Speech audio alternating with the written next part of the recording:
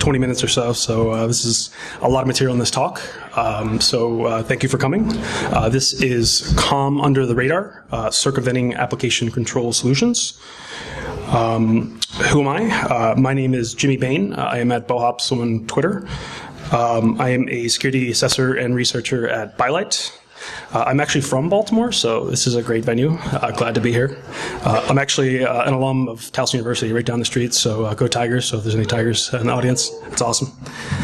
This is my first B-Sides talk, and actually my first talk in general, so I'm very nervous, but happy to be here nonetheless. I support a couple community projects. I blog at bohops.com, and I actually help Advar Mo with the Living Off the Land and Binaries and Scripts project. All right, today we'll discuss a brief overview of COM. We'll try to keep it short. COM is COM. We'll also take a look at two application whitelisting solutions, and as well as look at a few different bypasses and some defense considerations at the end. After the talk, I'll follow up with a blog post in the event that if I underrun, there'll be information provided there. So let's get started. Okay, so what is COM? COM stands for the Component Object Model. It is a binary interface for facilitating function calls between components. Components are also called objects. A little redundant, right? So functionally, it's really middleware. It allows two or more applications to communicate regardless of the programming language implementation, the underlying OS, but in reality, it's a major part of the Windows operating system. There's some key terminology that we'll use here. There's a concept called an interface. Basically, an interface is a definition for exposing member methods and properties that a caller can actually access through a COM object.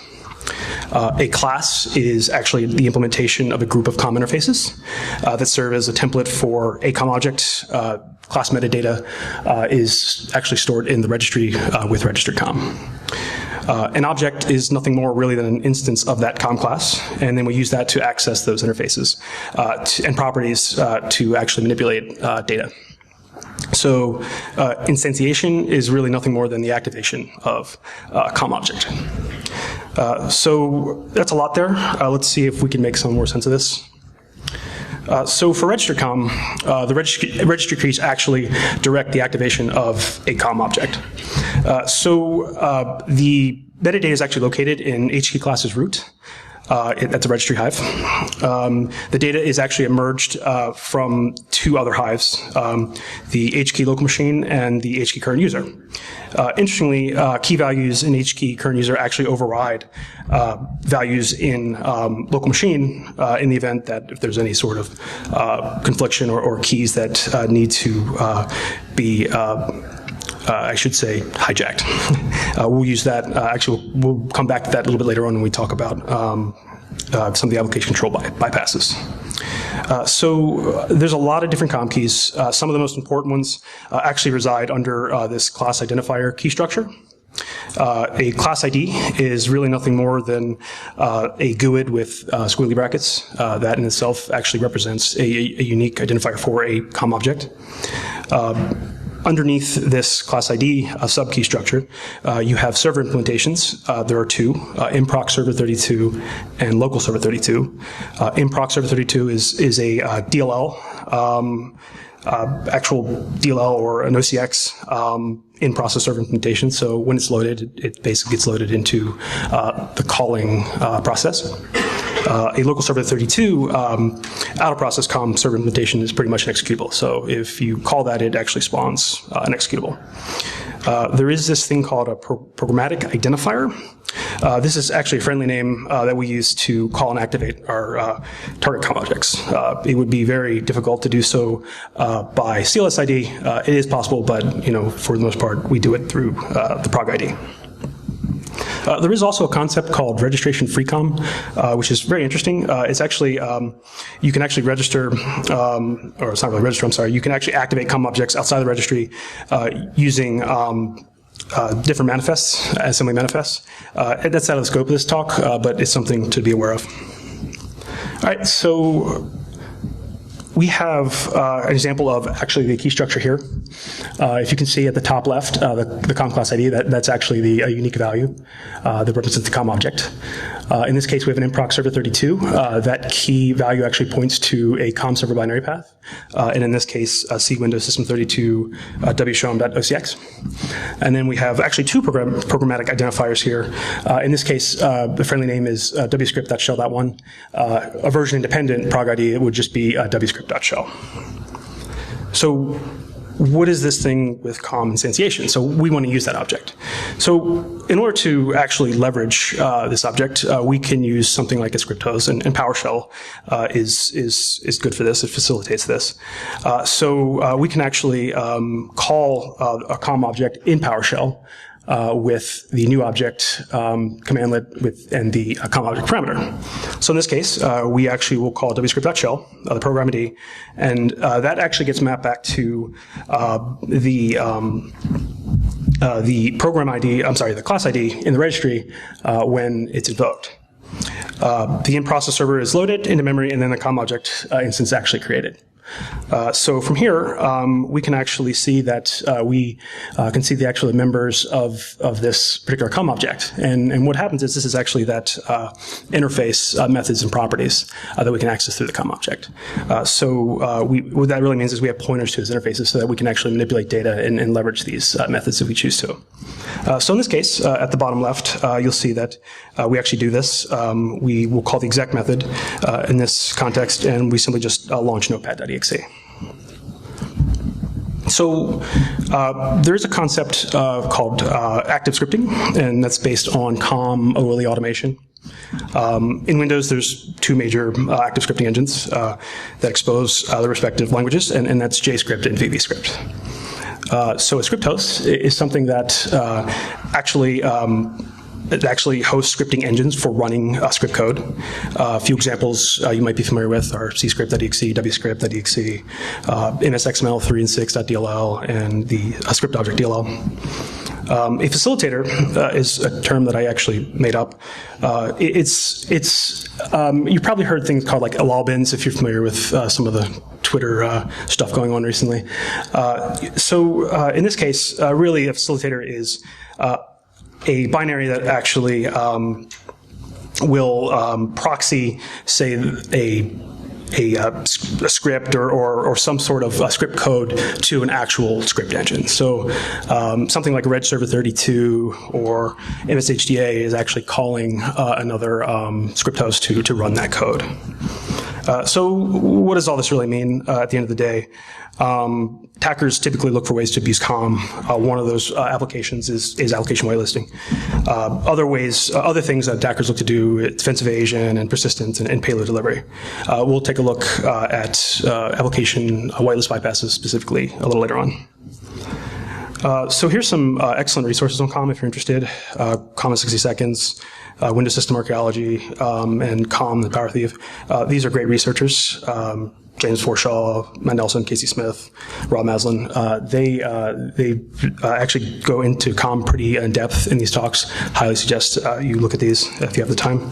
And at the bottom, if you're familiar, if you're from Baltimore, you'll know what that is. You probably need a few of those to get through some of the COM internals. It's definitely it's definitely a ride. All right, so what is application control? Application control is pretty much the practice of restricting unauthorized code based on some criteria or some set of rules. It can be based on a signing certificate, a publisher, or like file properties like hash or extension, and even file path. The main approach for whitelisting really is three. You can whitelist, you can block, or you can use a hybrid of both. We sort of use the term application control to really mean application whitelisting. You can still have policies that block while others allow. It's colloquially we just refer to it as application whitelisting. In this talk, we'll focus on two of the Microsoft solutions. They're highly available, readily available. We'd pick probably more on vendors if we had access to them. Right, so what is AppLocker? AppLocker is an actually application control solution introduced in Windows Server 2008 and Windows 7 Enterprise. Configuring is very straightforward. It's configured through group policy. It supports 2 modes, pretty much enforcement and audit. Rules can be set for executables, installers, scripts, and DLLs. Rule conditions are based on file, hash, path, publisher. In AppLocker, we can actually configure default rules pretty easily. These are really good for testing and baselining, not recommended for actual production because there are evasion techniques, and we'll see that shortly. AppLocker is not actually considered a security boundary. It's actually considered a compliance boundary. And that's important because it does not enforce a code integrity policy. And what that means is that in Windows, there's something called the Windows Lockdown Policy. And the idea is that there are implications where we can evade AppLocker by simply calling one of those script hosts and executing unsigned code. Because in theory, a lot of those are trusted because they are technically signed. So in the screenshot below, we see an effective AppLocker policy trying to call this evil.js file, and it's blocked. And the reason for that is because the path rules are blocking this because it does not allow from that path. The next application control solution is Windows Defender Application Control. This was actually formerly called Device Guard. Evolution of names, right? Changes every 2 years. So this was first introduced in Windows Server 2016 and Windows 10 Enterprise. It's actually configured with PowerShell commandlets, and it also enforces an enforcement and an audit mode. Rules are, rule conditions are based on rule levels that include file hash, file name, publisher, and a various level of certificate signing. Based on different levels of signing.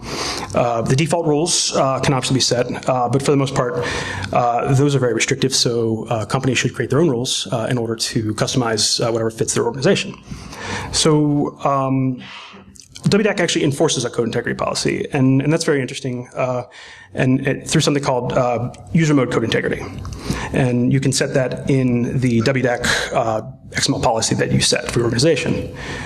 So under UMCI, and that's user mode code integrity, a system is locked down to prevent the execution of unauthorized binaries, unsigned code, and installer packages. It is considered a security boundary, so if you find a bypass, you should report it to Microsoft. It's very possible that you can get a CD out of it. At the very least, you might make the block rules. So, and below in the screenshot, we have an example of WDAC actually blocking evil.js. So, of course, no talk is complete without mentioning PowerShell. Again, as many of you already know, PowerShell scripting language built for .NET, has COM interoperability, which is pretty cool. A lot of great use cases for development IT. For a long time, it's been abused by attackers. Hopefully that's shifting a little bit more. I think we're seeing more of that. Really great detection optics in version 5, since version 5.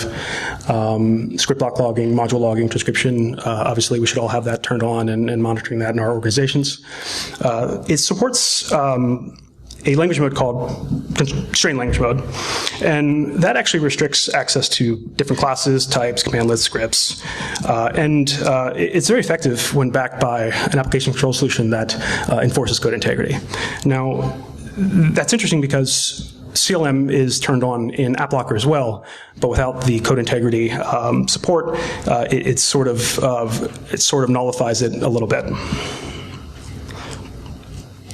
Let's start looking at some of these bypasses. This one isn't necessarily COM related, but this is just default rules. I really wanted to drive home this point. These path rules are very open. So you set up default rules with AppLocker.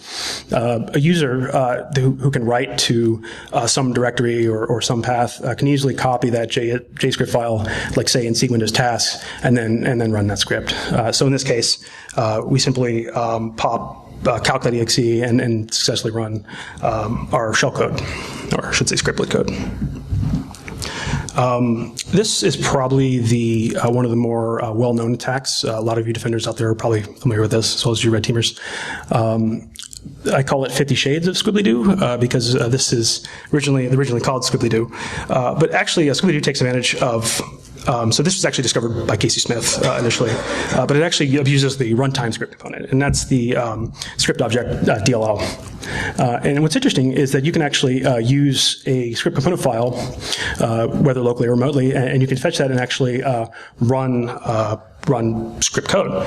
So if you see on the in the actual image there, that second block, it's actually pretty cool because that's actually embedded JScript code right there. So if you successfully run this, it actually will go out and create that COM object and run that code. So in this case, we actually do just that.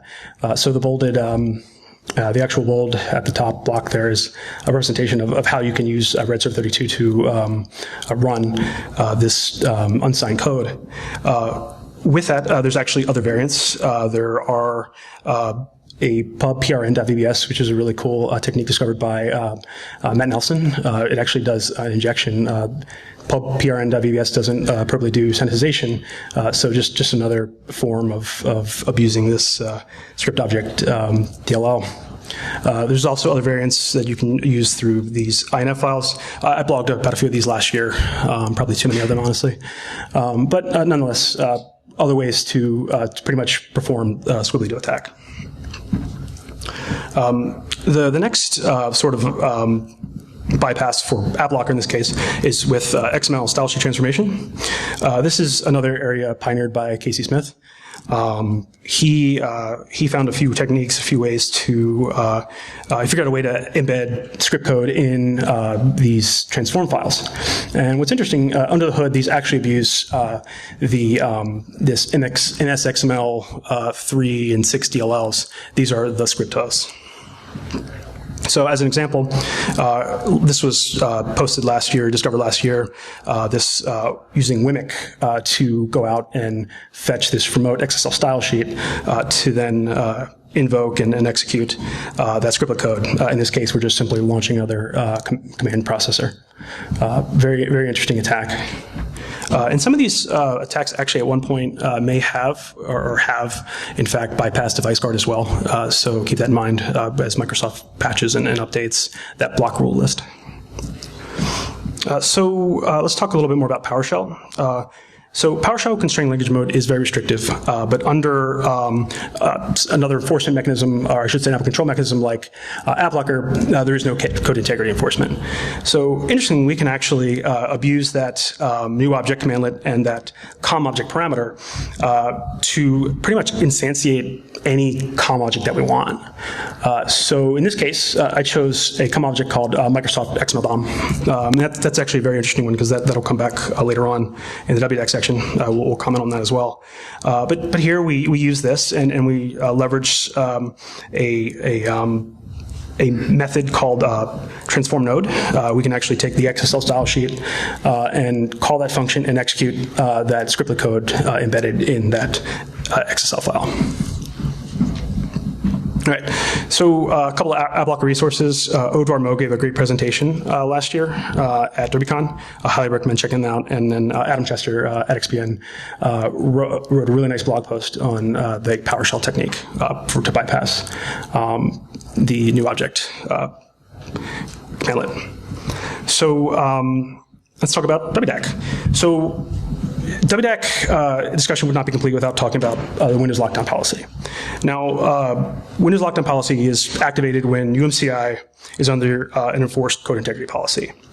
It actually it's implemented in a link library called WLP.dll, which is quite fitting, and it exports a function called WLDP is class in approved list, which is pretty much does the heavy lifting for validating whether a particular class ID is safe. And what this is that it does this by checking a list of approved COM class objects that are allowed to run on the respective system. And that's already predefined, typically, by Microsoft, somewhere in the OS. If you recall during COM activation, the prog ID is first resolved to a class ID, say if we're trying to activate that. Under UMCI, if the class ID is in the approved list, the activation is allowed, otherwise it is not. So at the bottom slide, I listed a couple ways to potentially go about looking for WDAC bypasses. And this isn't a comprehensive list. This is just a few ideas that I had or I've seen in the past. So not every script host out there is WLDP Enlighten, and Enlighten means pretty much a script host that actually is compiled with this WLDP.dll. But the last two we're going to cover, discovering unsafe COM objects that are in the approved list and reintroducing old code that is still trusted.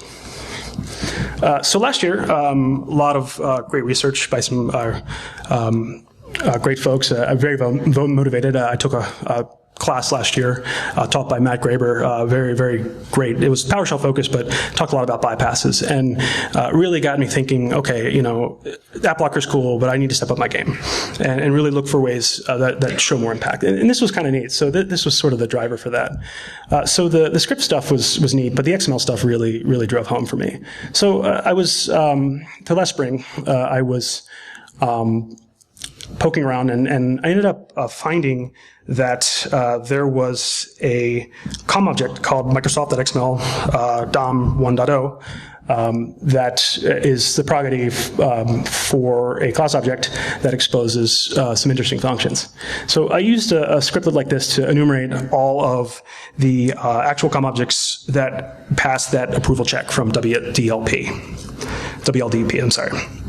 So that object stuck out. So I queried those methods, and right off the bat, I saw these transform node methods and set property, and I was like, okay, this looks like a potential indicator for bypass. So I loaded up the XSL script that I had, and sure enough, as I executed, I was able to execute that scripted code right in the middle and actually invoke and actually instantiate a COM object that otherwise should have been allowed. So Microsoft patched this last November. They patched the bypass vulnerability and updated the COM server. And basically, that COM server is msxml 3.dll. So I tested that patch to make sure it worked, and sure enough, it did. However, in December, I actually was building a new test machine and sort of came up with an idea. I'm like, what's interesting? I wonder if I could replace some of these things. So I actually pulled over a few versions of MSXML3 from previous operating system versions or different build families, and copied these over to the new WDAC machine. And interesting, one of those binaries were actually still signed. And what I found was, let's say like you take a build series like Windows 10 build 14783, right? So 14783.1 binaries. In this case, we're actually still signed by something like, build series 1473.476. So think about incremental patch cycle as time goes on. And a lot of stuff is actually stored in the Windows side-by-side directories. But, at the time, I was just trying to aggregate and copy as many files as I could over. So a deeper look into this actually revealed that it was catalog signed. And this gave me the idea, like, okay, well, that means Microsoft actually updated a patch, set a patch for this NSXML3 DLL, but they did not actually remove the thumbprint from this actual catalog signed file. So that was neat. So I took I decided that a COM hijack was probably the appropriate way to go about this. So I exported that COM object class structure from the HK local machine Hive, and then I updated the paths respectively for HK current user, and I changed the path to the inproc server 32 value to point to my outdated vulnerable MSXML implementation. So import it back in, and immediately, because the HKCU keys override the HKLM, that showed up in the current root. So just as I expected, replayed the previous EV, and there we have it, code execution again. So I reported this to Microsoft and they pretty much decided not to patch the hygiene issue. They were going to patch it, but they ultimately decided to add rules to their block list. And you know, that's sort of, that's interesting, and that's fine. It mitigates maybe this particular attack, but you know, it still leaves the door open for other opportunities for abuse that might take advantage of this catalog hygiene issue. So, before going on to some defense, I only got a few minutes. I really want to give a big shout out to Philip Zuckerman. He's done some really great research recently for Device Guard. He had a talk at Troopers called Sneaking Past Device Guard. I highly recommend checking that out if you're interested in this area, as well as Matt Graber's and James Forshall's blogs. Really great resources for WDAC. All right, so a few defensive considerations. I'm pushing time here. So, you know, application control, most organizations don't implement it. If you do, that's a good start in the right direction. Highly recommend that you look into it. Some things to consider in PowerShell: upgrade to 5. Take advantage of those security optics. Take advantage of constrained language mode. You can also actually detect PowerShell COM instantiation events if you monitor for ID 4103. It's actually kind of neat. Furthermore, antivirus, make sure your vendor supports AMSI. AMSI is really growing in capability. There's exposure that AMSI has with event tracing for Windows, ETW. Matt Graber and FuzzySec have done some research in this area, and you can actually potentially pull out like the content of scriptlet code execution with these event tracing for Windows logs. So hopefully we'll see some more adoption of that in the future as well. But if you have a vendor that doesn't support AMSI at all, you might really want to consider finding an OAV vendor. Also, keep an eye on your AppLocker and your WDAC logs. If you see weird block execution events, it's probably a likely indicator of compromise. And for policy and rule improvement, there's a project called AppLocker for AppLocker, a really good way to boost your AppLocker rule sets. For WDAC, make sure you update the Microsoft Block Rules list if you are implementing it. This changes from time to time, and keep your patches up to date. And of course, test the efficacy of your rules. There's some great frameworks out there, MITRE ATT&CK frameworks. You probably hear this a lot more for EDR testing. Well, they help with whitelisting protection as well, and also some other tools mentioned here. So that's it. Thank you all for coming to my talk, and thank you for bearing with me.